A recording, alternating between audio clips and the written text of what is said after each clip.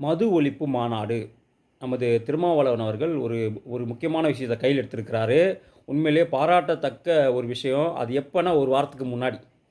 ஒரு வாரத்துக்கு முன்னாடி திமுகவை பயமுறுத்துவதற்காகவா? இல்ல உண்மையிலேயே மது மீது அவருக்கு அவ்வளோ வெறுப்பு இருக்கிறதா? என்ன காரணம்னு தெரியல. மது ஒழிப்பு மாநாடுன்னு ஒரு ஸ்டாண்ட் எடுத்தாரு. உண்மையிலேயே அனைத்து மக்களுமே பாராட்டக்கூடிய ஒரு வகையில தான் ஒரு ஸ்டாண்ட் எடுத்தாரு.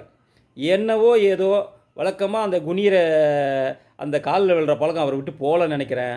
ஸ்டாலின் அவர்கள் அமெரிக்காலேருந்து வந்த உடனே கால்ல விழுந்துட்டு, ஐயா நீங்க தான் வந்து தலைமை தாங்கணும் இந்த மது ஒழிப்பு மாநாட்டுக்குன்னு சொல்லிட்டு, மது விக்கிறவரையே கூப்பிட்டுருக்காருன்னு சொன்னாக்கா, இவருக்கு உண்மையிலேயே மது ஒழிப்பு மீது அக்கறை இருக்கிறதா? உண்மையிலேயே இவருக்கு மது ஒழிப்பு மீது அக்கறை இருந்தால் இவர் என்ன பண்ணியிருக்கணும்னா, மதுவால் சீரழிந்த, மதுவால் பாதிக்கப்பட்ட, மதுவால் கெட்டு குட்டிச்சுவரான குடும்பங்கள கூப்பிட்டுருக்கணும். கனிமொழி அக்கா சொன்னாங்கல்ல, இளம் விதவைகள் அதிகமாக இருக்கும் மாநிலம் இந்த மதுவால்னு சொன்னாங்க இல்லையா? அந்த மாதிரி விதவைகளை அழைத்து, அவர்களை நீங்கள் மேடையிலே பேச வைத்திருக்க வேண்டும். மதுவால் சீரழிந்த குடும்பத்தை அழைத்து நீங்கள் மேடையிலே பேச வைத்திருக்க வேண்டும். அப்படி பேசியிருந்தீங்கனாக்கா, உங்க தொண்டர்கள் மட்டுமல்ல, அனைத்து தொண்டர்களுக்குமே ஓரளவிற்கு இவ்வளவு கஷ்டம் இருக்கிறதா, இவ்வளவு பிரச்சனைகள் இருக்கிறதா என்று கொஞ்சம் புரிஞ்சிருக்கிறோம். அதை விட்டுட்டு, அவர் பாதிக்கப்பட்டவர்களை அழைக்காமல், பாதிக்கப்பட வைத்தார்கள் பார் தமிழக அரசு, திராவிட மாடல் அரசு, டாஸ்மார்க் அரசு. அந்த அரசாங்கத்தையும், அந்த அரசாங்கத்தின் முதலமைச்சரையும் கூப்பிட்டு நீங்கள் இந்த மாநாட்டை நடத்துகிறீங்களே, உங்களுக்கு வெட்கமா இல்லையா? மக்கள் என்ன முட்டாள் என்று நினைத்து கொண்டிருக்கிறீர்களா நீங்கள்? மக்கள் என்ன முட்டாளா? புரியாதா மக்களுக்கு? மது விற்கிறவனையும் கூப்பிட்டு மது ஒழிப்பு மாநாடு நடத்தினாக்கா தமிழக மக்கள் என்ன ஏமாளிகளா? நீங்கள் என்ன பண்ணாலும் அவங்க சரி சரி மண்டையாட்டிட்டு போயிடுவாங்களா? உண்மையிலே சொல்கிறேன், ஒரு வாரத்துக்கு முன்னாடி தமிழக அரசியல் உங்களை சுற்றி கொண்டிருந்து நீங்கள் உங்களை நான் ஒரு ஹீரோவை நான் கூட பார்த்தேன். என்னடா திடீர்னு முதுகெலும்பு நிமித்தி பேசுகிறாரே, திருமாவளவன் திருந்திட்டாரு.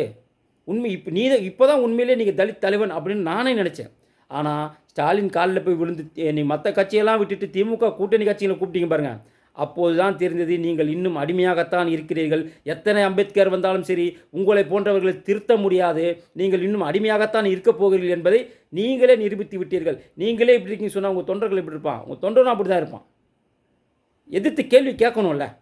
ஒருத்தர் கேள்வி கேட்டார், உங்களுடைய துணை பொதுச் செயலாளர். அந்த துணை பொதுச் செயலாளர் அவ்வளவு கலாய்க்கிறான் திமுககாரன். அதை என்றைக்குனா நீங்கள் கண்டிச்சிருக்கீங்களா? உங்களுடைய கட்சிக்காரனே திமுக கிட்ட விட்டு கொடுக்கும்போது எப்படி உங்ககிட்ட எல்லாம் நியாயத்தை எதிர்பார்க்க முடியும்? திருமாவளவன் அவர்களை, இந்த மது ஒழிப்பு மாநாடு என்ன கண் துடைப்பு நாடகம் தானே? அறிவிச்சிட்டீங்க அப்படிங்கிறதுனால இதை நடத்துறீங்க. உண்மையிலேயே சந்தர்ப்பவாதத்தால் திமுகவை மிரட்ட வேண்டும் என்பதற்காக திமுகவை அழைத்து நடத்துறீங்கன்னு சொன்னால் உண்மையிலே வெட்கக்கேடான செயல். உண்மையிலே நீங்கள் செய்திருக்க வேண்டும் என்றால் பாதிக்கப்பட்ட குடும்பத்தை அழைத்து அந்த மேடையிலே பேச வைத்திருக்க வேண்டும், அவர்களுக்கு உதவி செய்திருக்க வேண்டும். அப்படி செய்திருந்தால் தான் இந்த மாநாடு வெற்றி மாநாடு. இல்லை என்றால் இது சந்தர்ப்பவாத மாநாடு, திமுகவை மிரட்டுவதற்கான மாநாடு. அதை கூட மிரட்டல, நீங்கள் தான் அடிமையாயிட்டீங்களே. காலில் விழுந்து மன்னிச்சிருங்க ஐயா, ஏதோ தெரியாமல் நான் அறிவிச்சிட்டேன், அதை நடத்தி முடிச்சிடுறேன், நீங்களே வந்து கொஞ்சம் தலைமை தாங்கி நடத்தி விட்டுருங்கன்னு சொல்லிட்டு ஐயோ, உங்களெல்லாம் பார்க்கும்போது ஆண்டவா